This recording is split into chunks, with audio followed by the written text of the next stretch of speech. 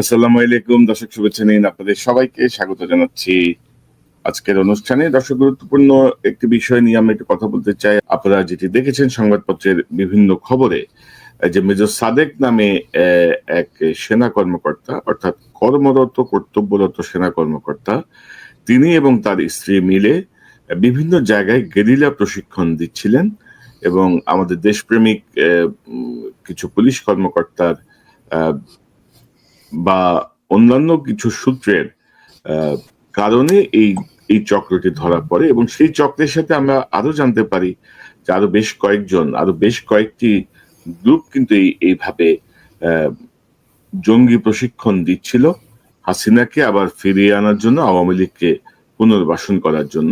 অবসরপ্রাপ্ত কাজী গুলশানারা আরেক সেনা কর্মকর্তা, অবসরপ্রাপ্ত, তিনিও এই একটি প্রচেষ্টার সঙ্গে যুক্ত ছিলেন। যিনি পালিয়ে গেছেন, তাকে ধরতে যাওয়ার সময় খবর পেয়ে পালিয়েছে, হয়তো দেশে কোথাও, হয়তো এখন লুকিয়ে আছে।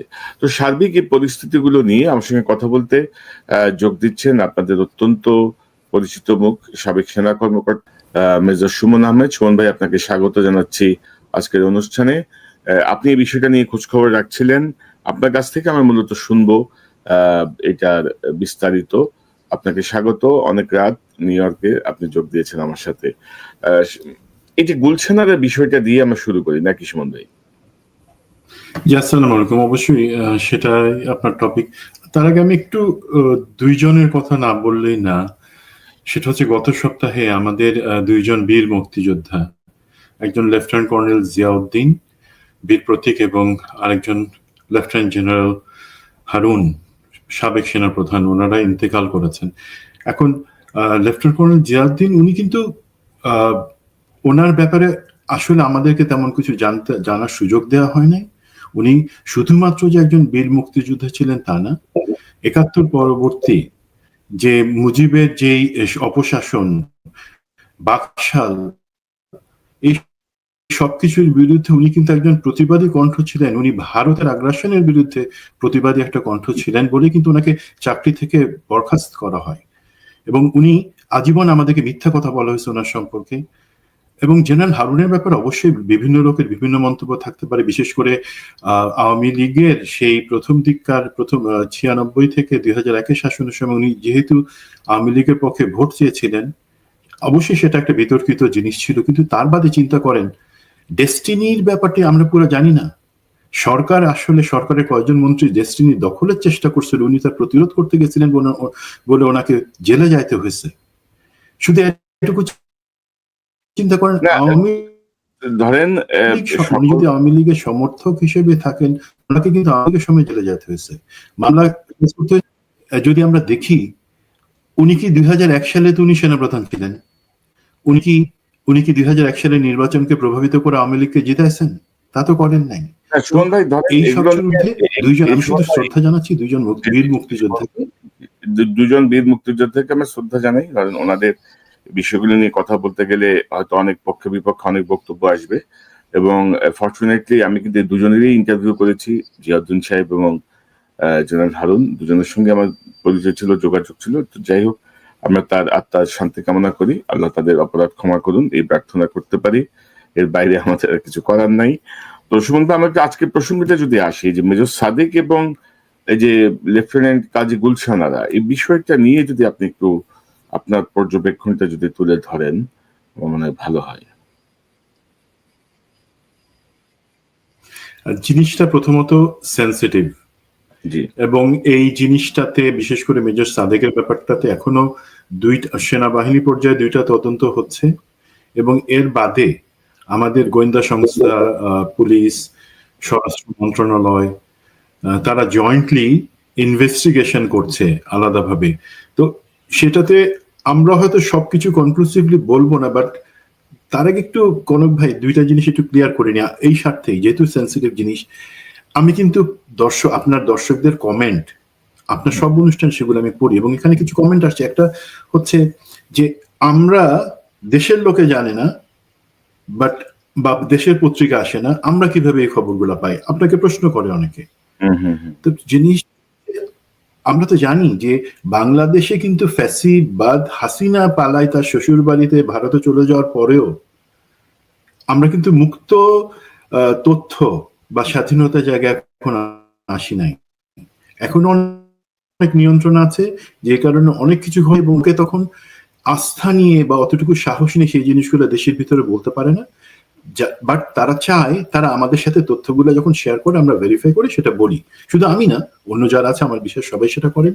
সুতরাং আমরা পাই, দেশে পাচ্ছে না, সেটার মেইন কারণ হচ্ছে, আরেকটা হচ্ছে বলা হয় যে আমরা কেন বাংলাদেশে ফেরত যায় না বা সেখানে গিয়ে কিছু করি না কেন, বা এই ধরনের ঘটনাগুলো ঠেকানো। আমাদের সবার নামেই বিভিন্ন মামলা দেওয়া আছে এবং বাংলাদেশ এখন আমাদের জন্য নিরাপদ হয় নাই।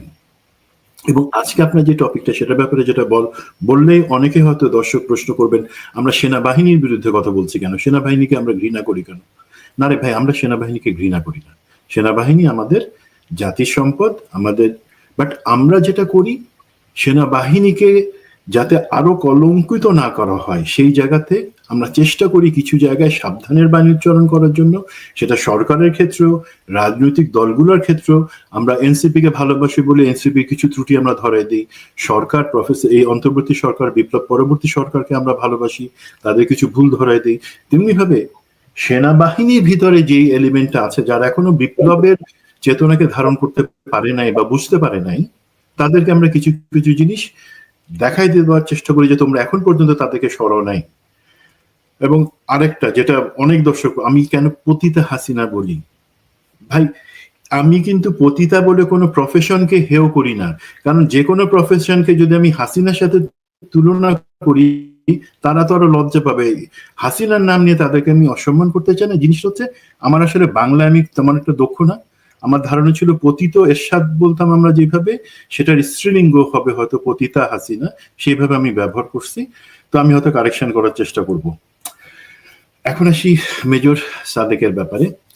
এই জিনিসটা নিয়ে পত্রপত্রিকায় লেখালেখি হয়েছে, বিভিন্ন চ্যানেলে আসছে। তো দর্শকরা মোটামুটি যেটুকু আসছে জানেন যে সে একজন সার্ভিং অফিসার রামু গ্যারিসনে ছিল এবং সে চাকরিরত থাকা অবস্থায় বেশ কয়েক মাস ধরেই ঢাকা এবং তার আশপাশে বিভিন্ন পর্যায়ে বেশ কয়েকশো আওয়ামী লীগ, যুবলীগ এবং তাদের যে সমমনা আছে তাদেরকে বিভিন্ন ধরনের ট্রেনিং, যেটাকে আপনি কারেক্টলি বলছেন যে গেরিলা ট্রেনিং দিচ্ছিল মেইনলি। মানে যখন একটা আন্দোলনের বই ধরনের একটা সময় বা সুযোগ আসবে, সেই সময় যাতে তাদেরকে ব্যবহার করে রাজপথ দখল, যমুনা দখল এবং একই সাথে টিভি স্টেশন বা অন্যান্য জিনিসগুলো জ্বালাপোড়া করা বা দখল, এই ধরনের একটা ধারণা বা এক্সারসাইজ সে করতেছিল। এখন এই সমস্ত জিনিস এবং ডিবি বলা হচ্ছে যে সেনাবাহিনী এবং পুলিশ একসাথে মিলে যৌথ বাহিনী তাকে ধরে।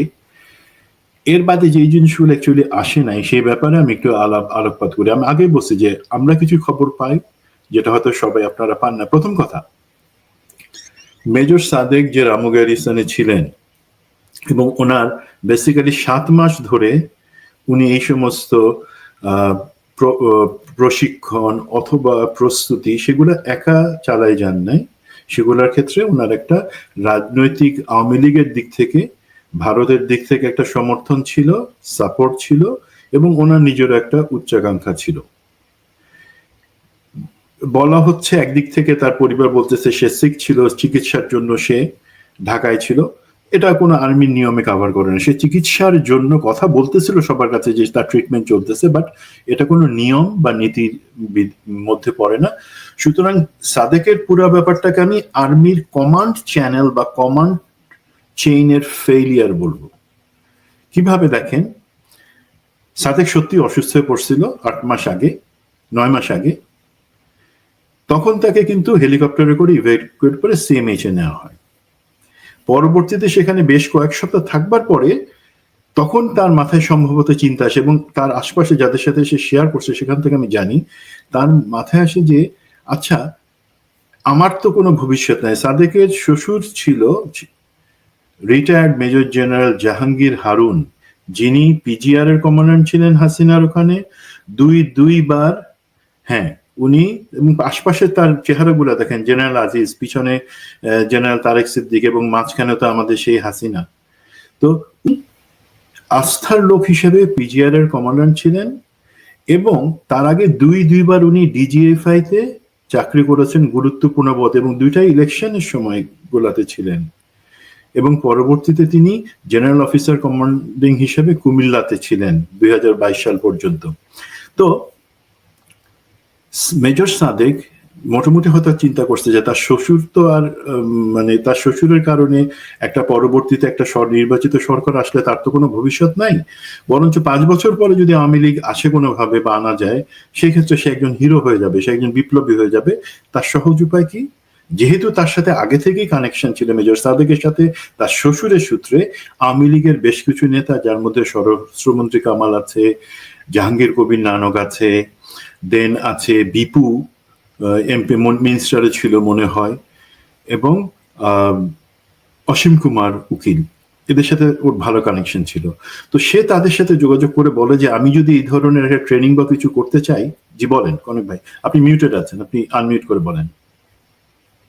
এখানে আমার একটা প্রশ্ন, আপনি যে বলছিলেন সে অসুস্থ হয়ে হসপিটালে আসলো, তো হঠাৎ তার মাথায় আসলো, এখন একটা সার্ভিং অফিসার অসুস্থ হয়ে সিএমএইচে আসলো, এবং আপনি যদি দেখেন যে এখানে আমাদের অন্তর্বর্তীকালীন সরকারের যে ফেলিয়ারটা, ধরেন আমাদের আর্মির অফিসার এবং দেশ রক্ষার কাজে অর্থাৎ কাউন্টার ইন্টেলিজেন্সের জন্য আমাদের বেশ কিছু ডিপার্টমেন্ট আছে কিন্তু, না? DGFI, army security unit, ASU, MI, তারপরে ধরেন আমাদের এনএসআই, এতগুলো বাহিনী যাদের একটা অন্যতম মানে দায়িত্ব হচ্ছে সার্ভিং অফিসারদের গতিবিধি লক্ষ্য রাখা। সেই জায়গাটা এই অফিসার এটা কিভাবে ভাবতে পারলো? এই অফিসার এই সিএমএইচ থেকে কিভাবে রিলিজ হলো?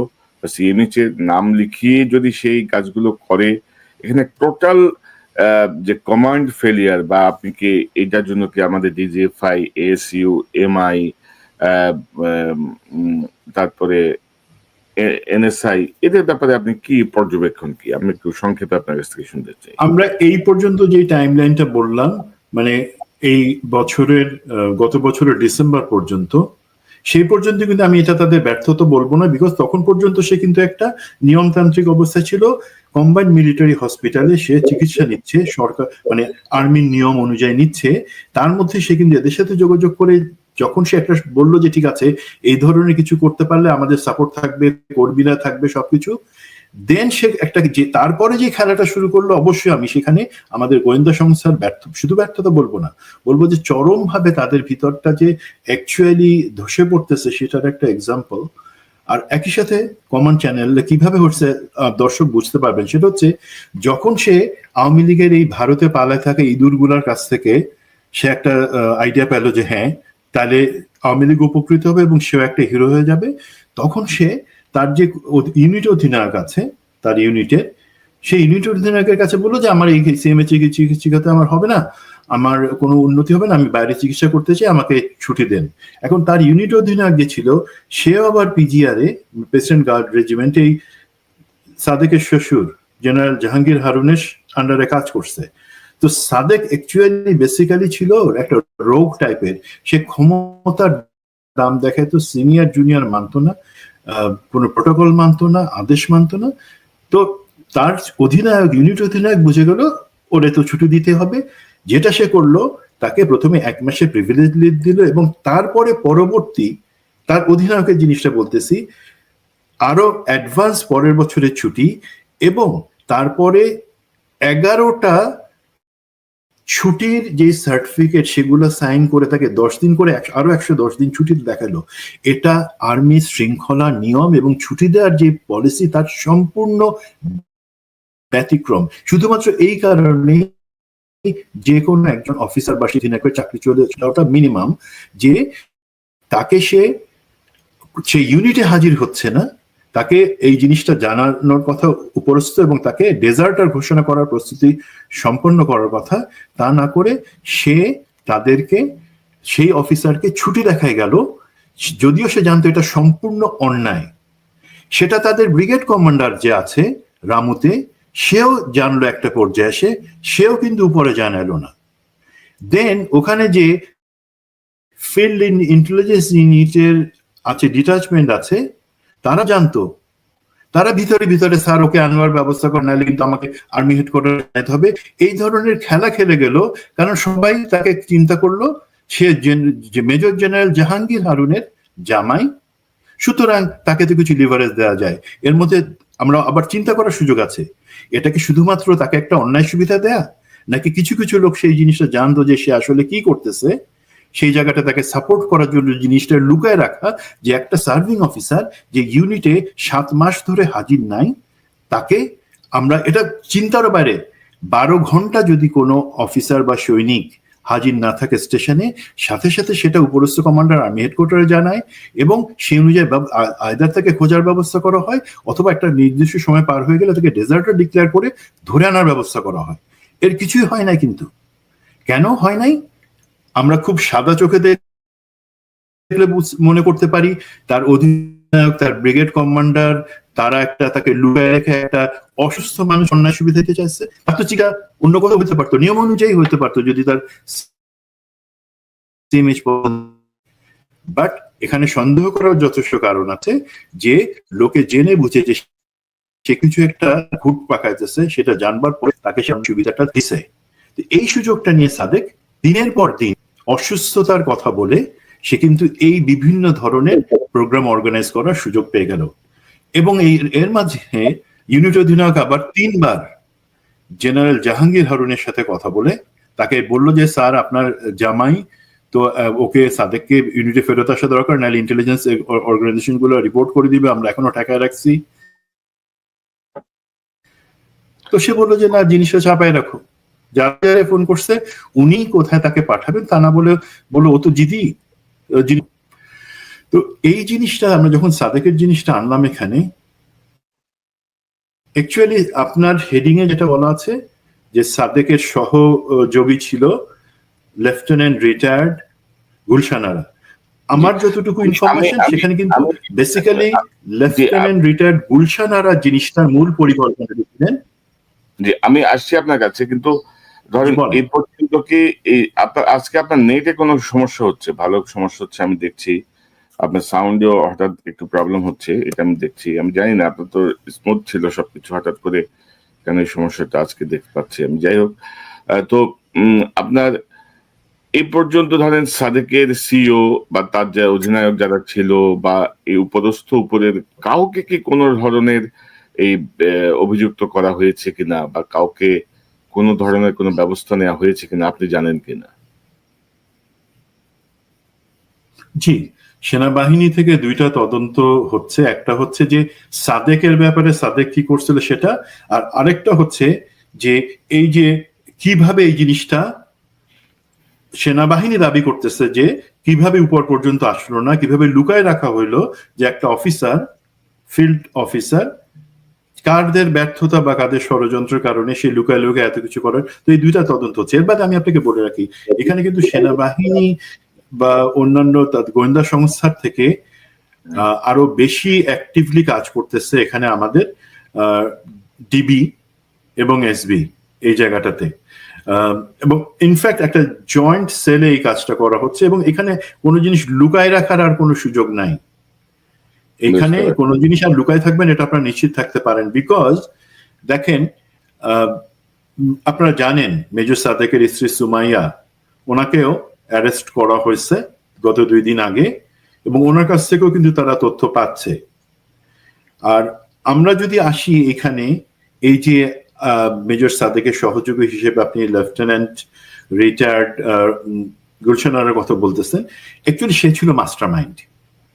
এখন এই গুলশান আরা, তার ব্যাপারে সে ফেসবুকে যথেষ্ট অ্যাক্টিভ, এবং বেসিক্যালি সে যখন কমিশন পায় তার আগে, মানে এই জিনিসটা একটু সেন্সিটিভ এই কারণে যে তারা যখন ট্রেনিং শুরু করে তখন আসলে আমি বাংলাদেশ মিলিটারি একাডেমিতে একজন প্লাটুন কমান্ডার হিসেবে ছিলাম। তারা আমাদের এই ব্যাচগুলো আমাদের মেয়ের মতো, ছেলের মতোই ছিল।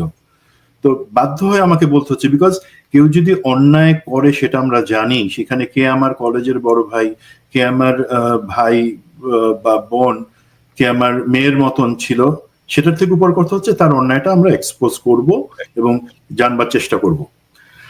তো আমি আহ, আমি এখানে জি এখানে এই গুলশান আরার ব্যাপারে একটু একটা ক্লিপ যদি দেখাই, আমি ধরেন জি জি গুলশান আরা অ্যাকচুয়ালি নিজেকে পরিচয় দেয় হচ্ছে একজন উদ্যোক্তা হিসেবে, তার বেশ কিছু ভেঞ্চার আছে। তিনি সাম্প্রতিক সময় তিনি একটা সিকিউরিটি কোম্পানিতেও জয়েন করেছেন। তার হাজবেন্ড কিনা আমি জানি না, বেশ কিছু ছবি টবি দেখলাম। তো তার তার আবার ধরেন ব্যাপক প্রচারণার একটা ইয়ে আমি পাইলাম। এগুলো ধরেন আসলে সরকার পরিবর্তনের পরে এগুলো কিন্তু ফিল্ড ইন্টেলিজেন্সের কাজ, এগুলো কিন্তু এএসইউর কাজ, এমআই এর কাজ, এগুলো নিয়ে সর্ট আউট করা, কারা অনেক বেশি রিভোল্টেড ছিল, কারা এই বিষয়টা মেনে নিতে পারে নাই, হাসিনার এই পলায়ন, তারা কোনো ভূমিকা রাখবে কিনা, মানে দেশের স্বার্থেই এই জিনিসগুলো লক্ষ্য রাখার দরকার ছিল। তো এগুলো রাখে না, এগুলো তো এক ধরনের ব্যর্থতা। এগুলো নিয়ে আপনি একটু টাচ করেন, আমাদের আলোচনায় একটু অ্যাড করেন আপনার বক্তব্য। কিন্তু এই গুলশানের ব্যাপারটা একটু বিস্তারিত আপনার কাছ থেকে শুনতে চাই। জি। তো গুলশানারা যখন কমিশন পায় তার আগেই কিন্তু ট্রেনিংরত অবস্থায় তার বিরুদ্ধে একটা শাস্তিমূলক ব্যবস্থা নেওয়া হয়, যেটাকে আমরা বলি যে চারিত্রিক মানে মোরাল টার্পিচুডের কারণে যে অভিযোগটা ছিল যে সে তার মহিলা কার্ড ব্যবহার করে, নারী কার্ড ব্যবহার করে কিছু অ্যাডভান্টেজ নেওয়ার চেষ্টা করেছিল। বাট তারপরে লেফটেন্যান্ট থাকা অবস্থায় 2 বছরের মধ্যে চাকরিতে কমিশন পাওয়ার পর থেকে দেখা গেল যে সে এই কার্ডটা খুব ঘন ঘন খেলতেছে বিভিন্ন জায়গায়, এবং বিভিন্ন তার কলিগস, আমরা তো কলিগস এখানে, ইউনিফর্ম, আমরা চেহারাকে মেয়ে ছেলে সেটা দেখার সুযোগ থাকে না। আমার পাশে আমার কলিগ, আমার পাশে একজন ইউনিফর্ম পরা আছে, দ্যাটস এনাফ। বাট সেই ক্ষেত্রে সেই মহিলা কার্ড ব্যবহার করে বেশ কিছু অফিসারকে বিভ্রান্ত করা বা তাদেরকে প্রলুব্ধ করা খেলা খেলছিল, যেই কারণে অ্যাকচুয়ালি তাকে চাকরি থেকে বের করে দেওয়া হয়। That's plain and simple. আমি ভিতরে যাচ্ছি না, খুবই নোংরা জিনিস। চাকরি থেকে বের হয়ে যাওয়ার পরে অ্যাকচুয়ালি সে এমপি হওয়ার বা নারী উদ্যোক্তা, আপনি যে জিনিসগুলো দেখালেন সেই ধরনের কিছু জিনিস শুরু করে।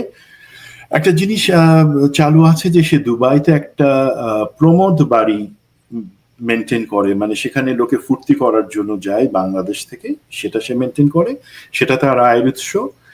আর বাংলাদেশে এবং অন্যান্য জায়গায় সে নিজেকে পরিচিত একজন নারী উদ্যোক্তা হিসেবে পরিচিতি দিয়ে বিভিন্ন, আপনারা দেখেন যে বিভিন্ন জায়গা থেকে মিডিয়াতে সে বিভিন্ন ফেভার পায়, এবং এই ফেভারটা অ্যাকচুয়ালি সে আনছে কিভাবে, সে যে কোনো ভাবে আমাদের প্রাক্তন president general mister Abdul Hamid, তার সাথে সে যোগাযোগ স্থাপন করে, এবং সে কথিত আছে সে নিজে এবং তার কিছু পরিচিতদের মাধ্যমে আব্দুল হামিদকে তারা সার্ভিস দিত।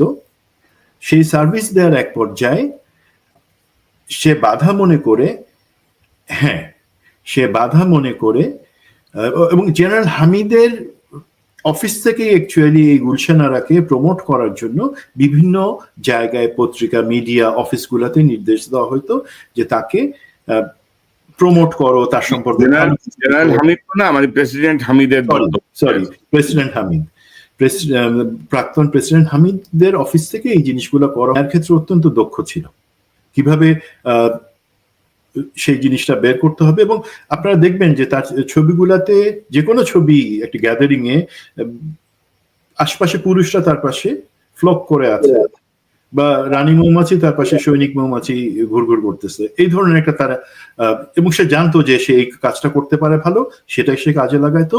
এবং এই পর্যায়ে সে ইভেন আমাদের একজন প্রাক্তন এমএসপি বা মিলিটারি সেক্রেটারি টু প্রেসিডেন্ট, তাকে সে ফাঁসায় দিয়ে তাকে চাকরিচ্যুত করে। আমি ঘটনা সত্য মিথ্যায় যাব না, বাট অতটুকু বুঝি যে তার মতন একজন সিনিয়র অফিসারকে ফাঁসাই চাকরি থেকে বের করা, সেটা জেনারেল হামিদ এবং শেখ হাসিনা বা তারেক সিদ্দিকের ব্লেসিং ছাড়া সম্ভব না। তাদেরকে সে স্যাটিসফাই করেই সে এই কাজটা করে। এর বাদেও সে অনেক অফিসারকে বিপদে ফেলার চেষ্টা করে বিভিন্ন সময়, তার স্বার্থ উদ্ধারের জন্য, ব্ল্যাকমেইলের জন্য। তো এইটুকুর ব্যাপারে লোকে জানতো, যে কারণে ইভেন জেনারেল আজিজের মতন লোক বাধ্য হয়ে তাকে ক্যান্টনমেন্টে পিএনজি করে, পার্সোনা নন গ্রাটা, মানে তুমি ক্যান্টনমেন্টে অবাঞ্ছিত। দেখেন এই মহিলা সে অবাঞ্ছিত ঘোষণা করার কয়েকদিনের মধ্যে আবার প্রেসিডেন্ট হামিদের কাছে গিয়ে এবং হামিদকে দিয়ে আমাদের পতিত হাসিনাকে বলে সেই পিএনজি রিমুভ করায় জেনারেল আজিজের উপর প্রেশার দিয়ে, যে না, ওকে পিএনজি করা যাবে না। তো তার এত ইনফ্লুয়েন্স ছিল। এবং এই পর্যন্ত কিন্তু আমাদের জুলাই আন্দোলন পর্যন্ত আমরা মোটামুটি যারা খোঁজ খবর রাখতো যে জানতো যে তার একটা ইনফ্লুয়েন্স আছে এবং সে আওয়ামী লীগের ভিতরে ভালো লোককে নাচাইতে পারে এবং অ্যাক্টিভ করতে পারে। তো এখন যে লোকে তার এইটুকু কার্যক্রম বা 2 নাম্বারই সেটা জানবার পরে যেটা অ্যাকচুয়ালি হলো, সে নানকের সাথে এবং আমাদের যে জেনারেলরা পালাই গেছেন, যে 6 জন জেনারেল নামে ওয়ারেন্ট ইস্যু হয়েছিল, যারা তাদের একজন কিন্তু দুবাইতে আছেন।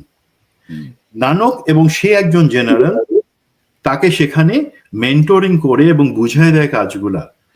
বিশেষ করে সেই পলাতক জেনারেল, উনি বেসিক্যালি এই লেফটেন্যান্ট রওশন আরার হ্যান্ডলার হিসেবে আছেন, যে তাকে অ্যাসাইনমেন্ট দেয়া কি করতে হবে, তুমি যাও বাংলাদেশে যাও 2 মাস থাকো, আবার আসো 2 মাস যাও, এসে ফিডব্যাক দাও।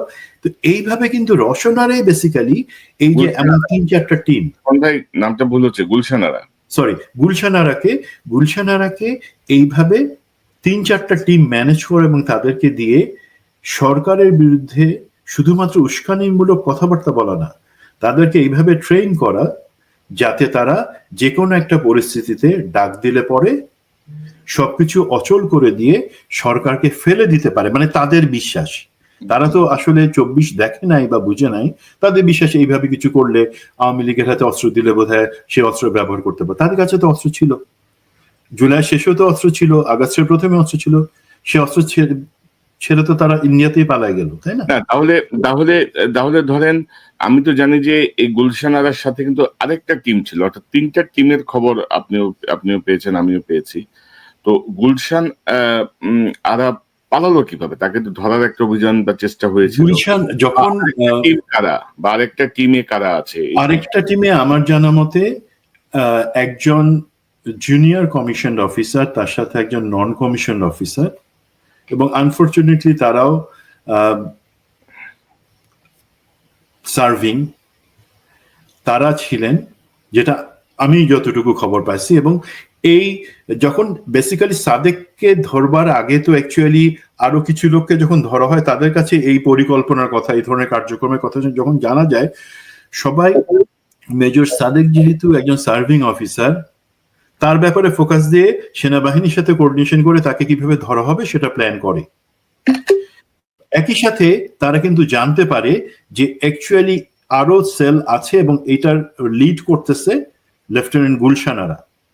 বাট তারা যে ভুলটা করে, আমি বলবো যে আমাদের গোয়েন্দারা, এখানে সেনা এবং পুলিশ গোয়েন্দা সবাই অ্যাকচুয়ালি অ্যাক্টিভলি কাজ করছে ধরবার জন্য, বাট কেন ফেল করছে সেটা একটা বড় কোশ্চেন থাকে। বিকজ গুলশান আরার যে অফিস কালশিতে ছিল, সরি মিরপুর 11 নম্বরে, নাম হচ্ছে কালশি কুঞ্জ, সম্ভবত আপনার কাছে ছবি থাকতে পারে, কালশি কুঞ্জের একটা ছবি। সেখানে সে অফিস করে বেসিক্যালি সেখানে রিটায়ার্ড এবং সার্ভিং অফিসাররা আসতো, যারা তার সাথে আওয়ামী মনোভাবের লোকজন আসতো। এবং এখানে কারা আসতো, তার সেনাবাহিনী রিটায়ার্ড এবং সার্ভিং এর পরিচয়ের বাদে ইম্পর্টেন্ট হচ্ছে, ধরে নিব তারা সবাই ভারত বা রয়ের লোক বা তাদের এমপ্লয় করা লোক। তারা সেখানে আসতো এবং সেই অফিসে সাদেককে ধরার সাথে সাথেই একটা গ্রুপ যারা কাজ করতেছিল ব্রাহ্মণবাড়িয়াতে, তাদেরকেও পায় নাই, তারা সম্ভবত আখাউড়া সীমান্ত দিয়ে ওই পাশে চলে গেছে দেশ পার হয়ে। তো এই 2টার সময় সাদেককে ধরার আশপাশের সময় পায় নাই, তার কারণ সাদেককে ধরার সাথে সাথে অ্যাকচুয়ালি গুলশান আরা দুবাইতে চলে গেছে পালায়, সে ফ্লাইটে করে গেছে। বাট যখন এইটা যত তাড়াতাড়ি এই জিনিসটা হওয়ার কথা ছিল, অথবা যতটা ইনফরমেশন সিক্রেসি মেনটেন করে তাদেরকে ধরবার দরকার ছিল, সেই জায়গায় আইদার তথ্য ফাঁস হয়ে গেছে, গুলশান আরা সেটা জানতে পেরে সাথে সাথে চলে গেছে, অথবা সে ধারণা করতে পারছে যে সাদেক যেহেতু ধরা পড়ে গেছে, এখন তো জিনিসগুলো বের হয়ে আসবে, সুতরাং আমি আগেই পালায় যাই, যেহেতু কোনো না কোনো ভাবে ওকে জয়েন্ট ইন্টারোগেশন সেলে সে সব বলে দিবে। তো এইভাবে মিস হয়ে গেল যে সাদেককে ধরা হয়েছে, তার স্ত্রী সুমাইয়া তিনিও পুলিশ কাস্টডিতে আছেন, ইন্টারোগেশনে আছেন গতদিন থেকে। বাট আমাদের দরকার ছিল এই লেফটেন্যান্ট গুলশান আরাকে ধরা, তাহলে জানা যেত অ্যাকচুয়ালি নেটওয়ার্কটা তারা কিভাবে প্ল্যান করতেছে, এইখানে ভারতের রয়ের ইনভলভমেন্ট কতটুকু, আওয়ামী লীগের যারা পালায় আছে যে ইঁদুরগুলা তারা কতটুকু অ্যাক্টিভলি এটা সাপোর্ট করতেছে, দেশের ভিতরে কিভাবে কারা কারা। আমি যতদূর জানি অসীম কুমার উকিল এই জিনিসটা কোঅর্ডিনেশন করবার কথা, কোন জায়গায় কত লোক হবে, কোন মিটিং এ কত হবে, তারা কিভাবে পরে গিয়ে গ্রাম পর্যায়ে আবার সেগুলাকে ট্রেনিং দিবে, সেগুলো আমরা জানতে পারতাম। বাট গুলশানারা যেহেতু চলে গেছে, আমাদের পক্ষে সেটা সম্ভব না। তো আমার বিশ্বাস আছে কোনো না কোনো ভাবে তাকে আমরা ধরে আনতে সমর্থ হবে, এবং তদন্ত কিন্তু এখনো চলতেছে। আমি কনক্লুসিভ কিছু বলতেছি না, তারা হয়তো আরো ভয়ঙ্কর কিছু জানতে পারে তদন্ত টিম, তখন ইন্টারপোল আছে, সেই সুবাদে তারা ব্যবস্থা নিতে পারবে।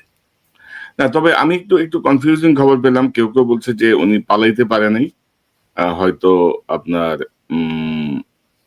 ঢাকাতেই কোথাও লুকিয়ে আছে। আপনি জানেন যে আওয়ামী লীগের এখন অনেকেই ক্যান্টনমেন্টের বিভিন্ন আশ্রয়ে আছে, তো তাকে আশ্রয় দেওয়ার তো লোকের অভাব হবে না আর কি। তো সেই জায়গাটাই আসলে মূল কনসার্ন। এবং এইটা কি হবে আসলে, দেখেন মানে কত বড়, এত রক্তপাতের পরে, এত কিছুর পরেও আওয়ামী লীগের যে পরিকল্পনা, এবং সেখানে তাদেরকে সহযোগিতা করছে আমাদের সার্ভিং কিছু কর্মকর্তা, আমাদের সার্ভিং কিছু কি বলবো মানে দায়িত্বশীল লোকজনদের যে ভূমিকা আমরা দেখছি আর কি। তো এখন করণীয় কি, মানে অর্থাৎ তাও তো ভালো যে দেশপ্রেমিক কিছু মানুষ এখনো কাজ করেন, মানে পুলিশে, আমাদের সেনাবাহিনীতে, আমাদের এনএসআইতে, যাদের প্রতিষ্ঠা এটা ধরা সম্ভব হলো, তাই না? যদি না ধরা যেত, আমি বলবো না কিছু, আমি বলবো আমাদের অধিকাংশই যারা আছে নিরাপত্তা বাহিনীতে, সামরিক বাহিনীতে, তারা মেজরিটি হচ্ছে তো তারা ভালো কাজ করবেন বলে সে প্রশিক্ষণ এবং শপথ নিছেন। আমি বলবো অল্প কিছু আছে উপরের দিকে যারা সেই ভালো কাজগুলোকে নষ্ট করার জন্য কাজ করতেছে, এবং কোনোভাবে আমাদেরকে সেটা দিবে না। এখন সমস্যাটা শুধু এইখানে না, দেখেন আমরা কিছু কিছু অফিসার বা জেনারেল যারা এখনো চাকরিতে আছে, মেজর জেনারেল কবির যে এমএসপি ছিল, শেখ হাসিনা এমএসপিএম ছিল, শেখ হাসিনার মিলিটারি সেক্রেটারি ছিল, দেন মেজর, সে কিন্তু আয়নাঘরেরও একই সাথে ডিরেক্টর ছিল এই সিটিআইবি। আবার মেজর জেনারেল সারওয়ার যে আয়নাঘরের দায়িত্বে ছিল এবং একই সাথে এই গুম খুনের সাথে জড়িত, সে কিন্তু এখন টি বোর্ডে চাকরিরত। মেজর জেনারেল কবির সেও চাকরিতে আছে, সে কিন্তু একটা কমান্ড করতেছে school of infantry and tactics. Then general Amin আনসারের যে ডিজি ছিল, যে ইনফ্যাক্ট আনসারের যে 5 আগস্ট পরবর্তী যেই একটা ঘুট পাকানোর চেষ্টা যেটার পিছনে ছিল, সেও কিন্তু পররাষ্ট্র মন্ত্রণালয় যদিও দেওয়া হচ্ছে, সে কিন্তু চাকরিরত। তো এই ধরনের আরো লোকজন আছে, যেমন retired major general brigadier general Moazzem, brigadier general Sajed 25 রং করছে, তারা একই করছে, তারা কিন্তু এই ঘুটগুলা পাকাইতেছে। এবং যেই তথ্য আছে অবশ্যই সেটা কর্তৃপক্ষ বের করবে, যে এই যে মেজর সাদেক এবং লেফটেন্যান্ট গুলশান আরার যেই কার্যক্রম এবং পরিকল্পনা, সেটার সাথে এই যে অফিসারগুলোর নাম আমি বললাম, major general Kabir, major general Sarwar, major general Amin, এদের যোগাযোগ ছিল, তারা জানতেন যে এই ধরনের জিনিসগুলো হচ্ছে। এবং অ্যাকচুয়ালি তাদের বিরুদ্ধে আমরা যতদিন পর্যন্ত এই স্বৈরাচারের শিকড় শুদ্ধ না উঠাইতে পারবো, এরা তো শিকড় হিসেবে রয়ে গেছে, আমরা তো উপরেরটা কাটছি বা সেটা পালাই গেছে, শিকড় গুলো তো এখনো রয়ে গেছে। সেটা তারা তো আগাছা না, তারা তো যেটা বলা হয় বিষ বৃক্ষ শিকড়, তারাই এখন দেশের ভিতরে থেকে এগুলা উস্কানি দেওয়া, কোঅর্ডিনেট করা এবং সেনাবাহিনীকে আরো কলঙ্কিত করার সেই কাজগুলা করে যাচ্ছেন, করে যাবে। এবং আমাদের সেনাবাহিনীর যে লিডারশিপ, তাদেরকে তো আমি দোষ দিব কেন, তাদেরকে ব্যবস্থা নেওয়া হয় নাই। একই সাথে আমি প্রফেসর ইউনিসের সরকারকে বলবো যে দেশের প্রতিরক্ষা মন্ত্রী তো আপনি প্রফেসর ইউনিস, একই সাথে আপনার একজন নিরাপত্তা উপদেষ্টা আছে, আপনারা কি করতেছেন? ডিজিএফআই এর আপনাদের ডিজিএফআই হচ্ছে প্রধান উপদেষ্টা এবং নিরাপত্তা উপদেষ্টা সংস্থা, এটা আর্মির কোনো সংস্থা না। আপনারা কেন ডিজিএফআই ডিজিকে বলতেছেন না যে দেখো এমন জিনিস হয়ে যাচ্ছে, আমরা জানতে পারছি না? ঘটনা ঘটার পর তো পত্রিকায় খবর দেয়, ডিজিএফআই তো আর একটা পত্রিকা না, তার কাজ হলো আগে থেকে ঘটনাটা সম্পর্কে জানা, সেটা আটকানো, সে তাদেরকে অ্যাসেস করতে হয়, সিচুয়েশন অ্যাসেসমেন্ট জানাতে হয়। আপনারা কেন ডিজিকে দেখে বলতেছেন না যে আমাদেরকে এই ব্যাপারে অ্যাসেস করে দিবে আগামী 3 মাসের জন্য, বা কোন কোন বড় ঘটনা আছে? আপনারা তো বলেন নাই। আপনারা কেন জেনারেল ওয়াকারকে বলতেছেন না যে জেনারেল ওয়াকার এইখানে বসে কনক স্যার আর কষ্ট করে, ইলিয়াস কষ্ট করে, পিনাকি কষ্ট করে গলা ফাটাই দিতেছে, শুধু একটা কথা বলতেছে যে ভাই এই ইউনিফর্মটাকে, আর্মিটাকে কলঙ্ক মুক্ত করো। এই সহজ কাজ আপনারা করতেছেন কেন? আমরা এই কথাগুলো বারবার বলছি যে যত সময় যাবে লোকে কিন্তু টেনে হিচড়ে বের করবে। স্বাভাবিক যে বিচার হওয়ার কথা সেখানে যদি সেটা না করেন, সেই বিচারের কাছে তাদেরকে সমর্পণ না করেন, যেটা দেখা যাবে যে দিন যত যাবে লোকে কিন্তু সেই সমস্ত জিনিস খুঁজে বের করবে, অপমান করে প্রত্যেককে বাড়ি পাঠাবে, জেলে ভরবে। এবং আমাদের জন্য উত্তরোত্তর যে বিপদ, এই ধরনের মেজর সাদেক, লেফটেন্যান্ট গুলশান আরা, এদের মতো লোকজন কিন্তু আমাদেরকে প্রতি মুহূর্তে শান্তিতে থাকতে দেবে না, একটার পর একটা ষড়যন্ত্র করে যাবে। আরেকটা বিষয় আমি একটু অ্যাড করি, আপনি প্রথমে বলছিলেন বা এখনো বললেন যে ধরেন যে বিষয়গুলো, ধরেন আমরা তো ধরেন 10,000 মাইল দূরে বসে কিন্তু দেশপ্রেমিক মানুষের কারণেই আমরা অনেক তথ্য পাই।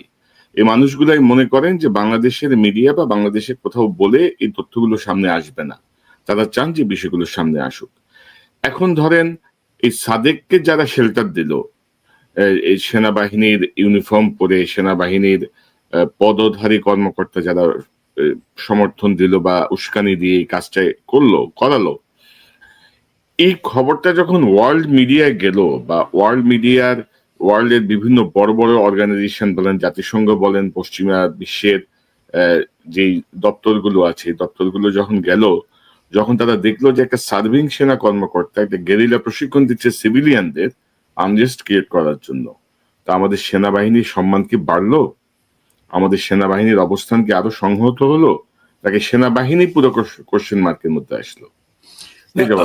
আপনি একবারে সঠিক কথা তো বলছেন কনক। সেটা হচ্ছে কি, এটা নিয়ে আমার জেনারেল ওয়াকারের সাথে এবং তার সাথে লোকজনের সাথে বেশ কয়েকবার কথা হয়েছে।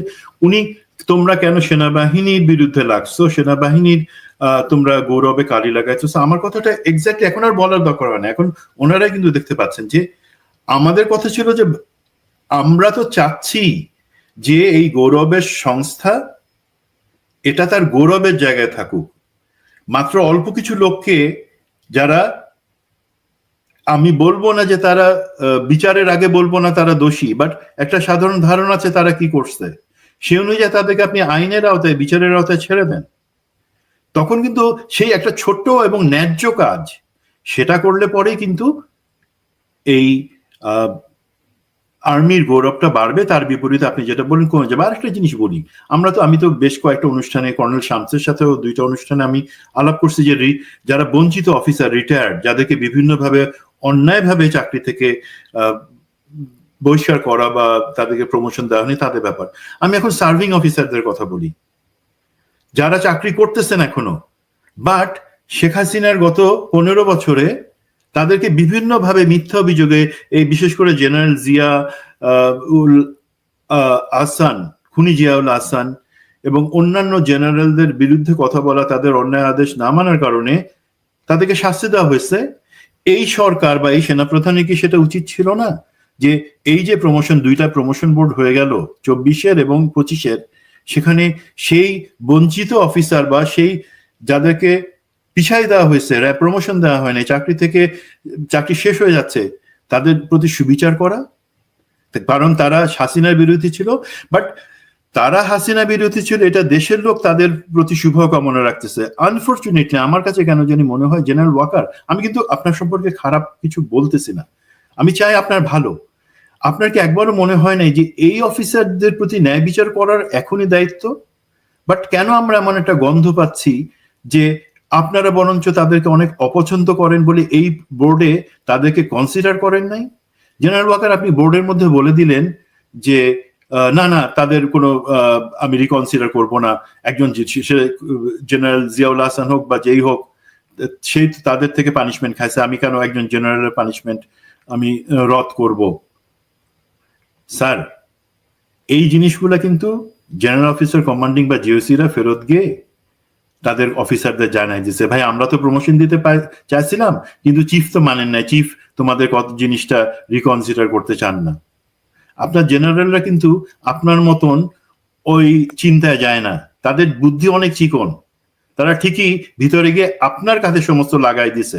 তো কার ভালো হইলো স্যার? আর বড় কথা, আমার একটা ছোট্ট এটা দাবি, কেন এই যে অফিসার যারা হাসিনার সময়, আমরা না হয় ঠিক আছে আমাদেরকে বাধ্য হয়ে জেলে পাঠাইছে, তারপর আমরা এখানে প্রাণ বাঁচানোর জন্য চলে আসছি। কিছু দর্শক কমেন্ট করতেছে আমরা পালাইছি, ভাই পালায় নাই, আমরা গেলে পরে এয়ারপোর্ট ক্রস করার আগে আমাদের লাশ ফেলে দিবে। তো এখন এই অফিসারদেরকে আপনি যখন বঞ্চিত করে রাখেন, আমাদের কাছে দেশবাসীর কাছে মেসেজটা কি যায়, যারা বিপ্লবের পক্ষে ছিল তাদেরকে আপনি পছন্দ করেন না, তো এই মেসেজটা দিবেন না স্যার, আপনার ভালোর জন্যই বলতেছি। এবং ভাই আমি আপনার সঙ্গে জাস্ট একটু যোগ করি, আপনি যদি না করতে পারেন, আপনি যদি বিপ্লবের চেতনাটা না ধরতে পারেন, না বুঝতে পারেন, আপনার ভাই দায়িত্বে থাকারই দরকার নেই। আপনি এই দায়ভার নিয়ে আপনি কাউকে রক্ষা করতে পারবেন না। যারা জনগণের উপর গুলি চালিয়েছে, যারা হাসিনার নির্দেশে গুম খুন করেছে, আপনাদেরকে রক্ষা করতে পারবেন না। অন্তত জুলাই মাসে ছাত্র জনতার সাথে যেভাবে পেশাজীবী সাধারণ মানুষ, মাদ্রাসার ছাত্র, গৃহবধূ, মানে বাড়ির কাজের লোক সবাই মিলে যেভাবে রাস্তায় নেমে আসছিল, মানে গুলি তো আপনারা কম করেন নাই, তাই না? গুলি কম করছেন, গুলি তো কম করেন নাই। এখন নানাভাবে আপনারা মহান সাজার চেষ্টা করতেছেন। আমরা জানি না কেউ কোথায় কি হয়েছে, আপনার কে নির্দেশ দিচ্ছে, কোথায় কি হয়েছে আমরা তো জানি। আমরা এখনো ধরেন বৃহৎ স্ট্যাবিলিটির জন্য অনেক কথাই বলছি না, কিন্তু আমরা তো বলবো, আমরা কেন বলবো না? আপনারা যদি ঘাটতারামি করেন, আপনারা যদি মনে করেন যে আপনারাই সব, সেটা তো হবে না। বুঝতে হবে, জনগণের পালস বুঝে কাজ করতে হবে। অন্তত হাসিনা যে ফিরবে না, এই জিনিসটাই আপনারা এখনো বুঝতেছেন না। 1 বছর তো পার হয়ে গেল, এখন এটা বুঝতেছে না, অনেকেই বুঝতেছে না। জি কনক ভাই, এক্ষেত্রে আমি একটা জিনিস বলি যে আমাদের সরকারের ক্ষেত্রে সরকার একটা কথা এখন বেশ চালু আছে যে, এবং দু একজন বলেও ফেলছে যে সরকার কি সেনাবাহিনীকে ভয় পাচ্ছে বা সেনাবাহিনী কি সরকারকে ভয় দেখাচ্ছে। আমার মনে এমন কিছু না।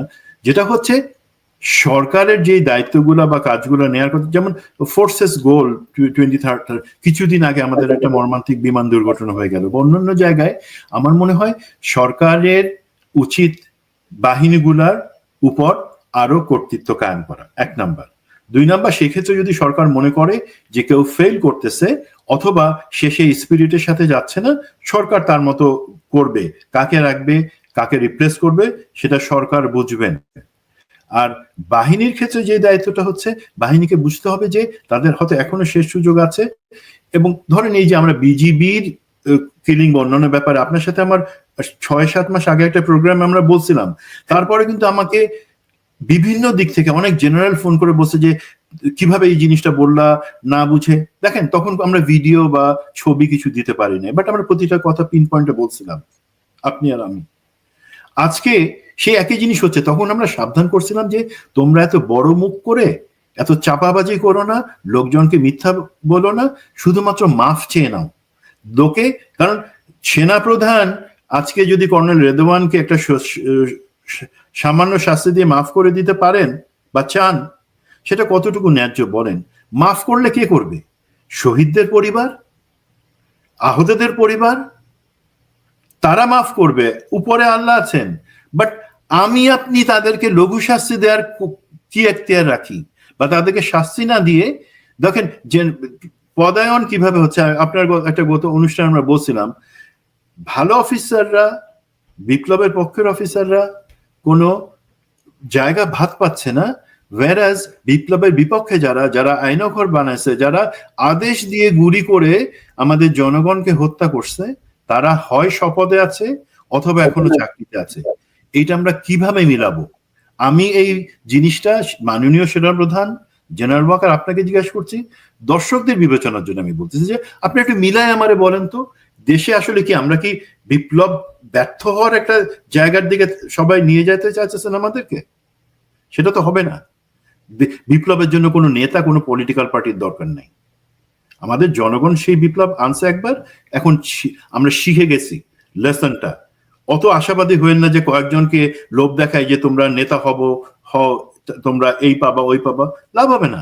জনগণ ঠিকই সময় মতো রাস্তায় নেমে আসবে, ঝাড়ু দিয়ে দিবে, পুরো ঝাড়ু দিয়ে। আর ধরেন আমি তো এই ক্ষেত্রে ধরেন অন্তর্বর্তীকালীন সরকারে যে মুরব্বী সরকার যেটা হয়েছে আর কি, এই মুরব্বী সরকারের তো দায় কম না, কিন্তু এরা বোধহয় ওই অতীতের বুড়াদের মতো ইউনিফর্ম দেখলে ডরায় আর কি, আর্মির ইউনিফর্ম দেখলে ভয় পায়।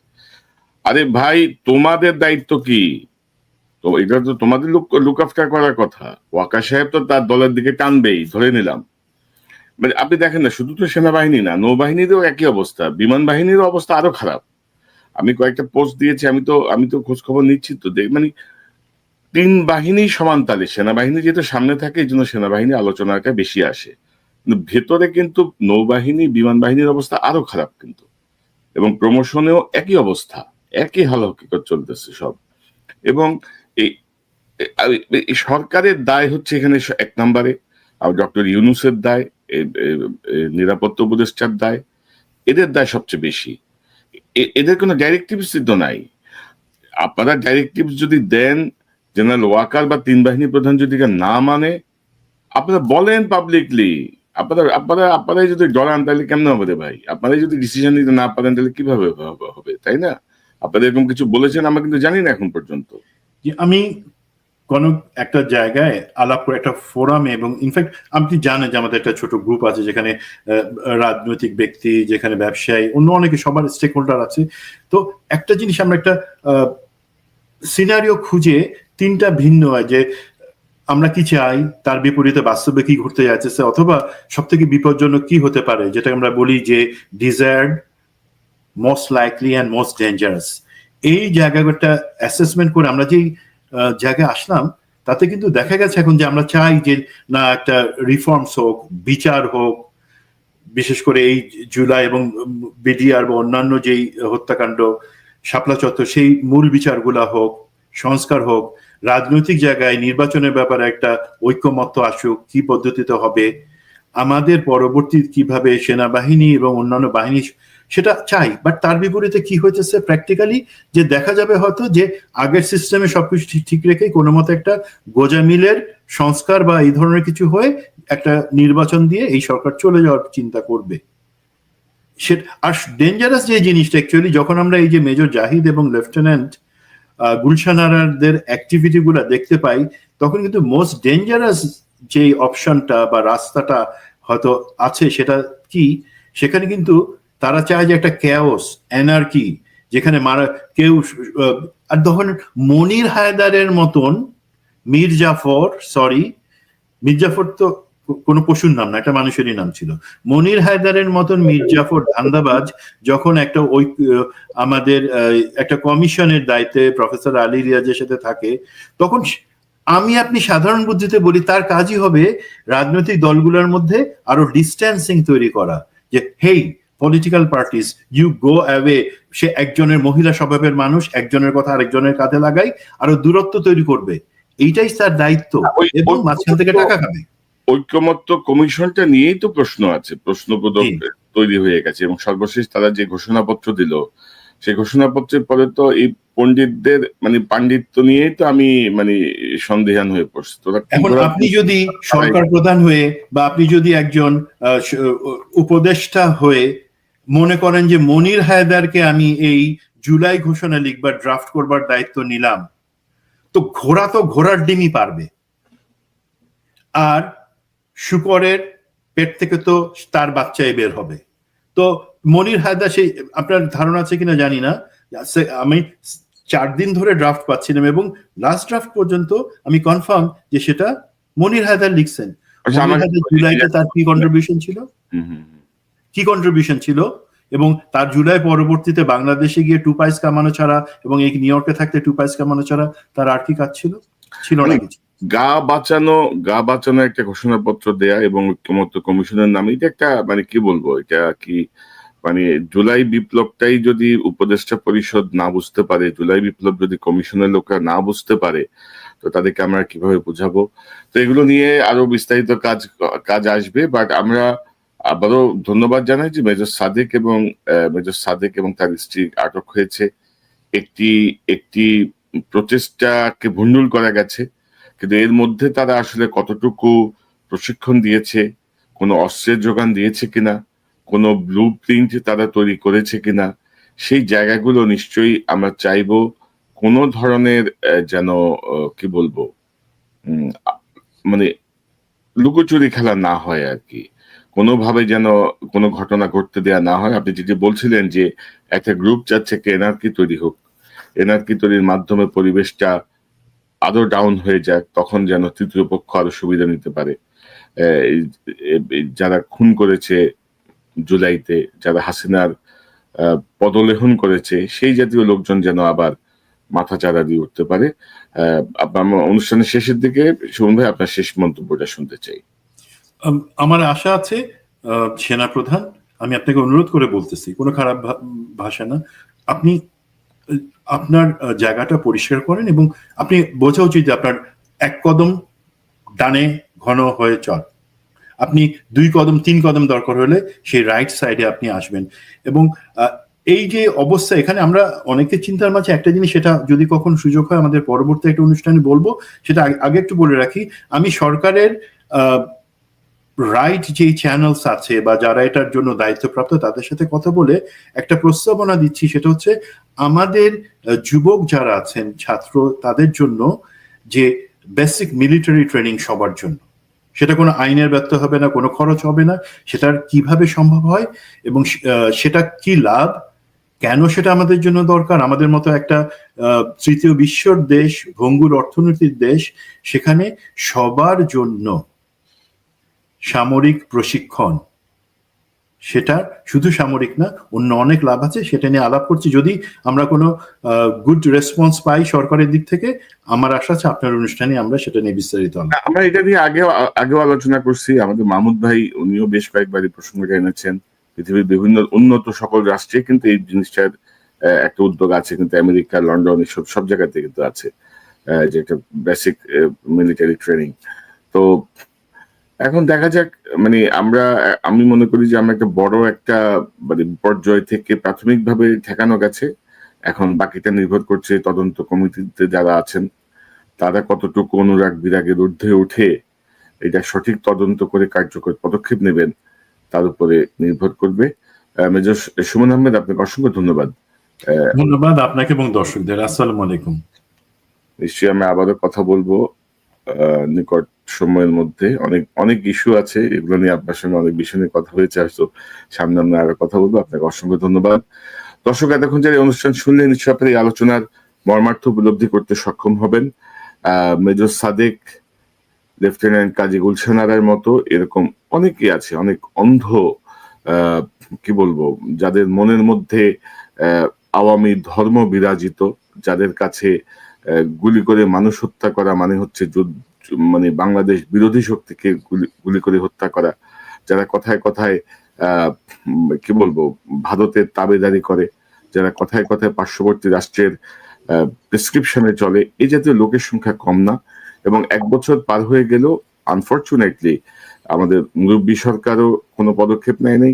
আমাদের যাদের পদক্ষেপ নেওয়া দরকার ছিল, যারা শেষ পর্যন্ত অংশ নিয়েছিল, আমাদের সেই প্রতিরক্ষা বাহিনীর শীর্ষ ব্যক্তিরাও কিন্তু এর সঙ্গে আন্তরিকভাবে যোগ দেয় নাই। আন্তরিকভাবে যোগ দিলে এইসব সাদেক বা গুলশানারা এত সাহস পেত না, এত সাহস পাওয়ার কোনো প্রশ্নই ওঠে না।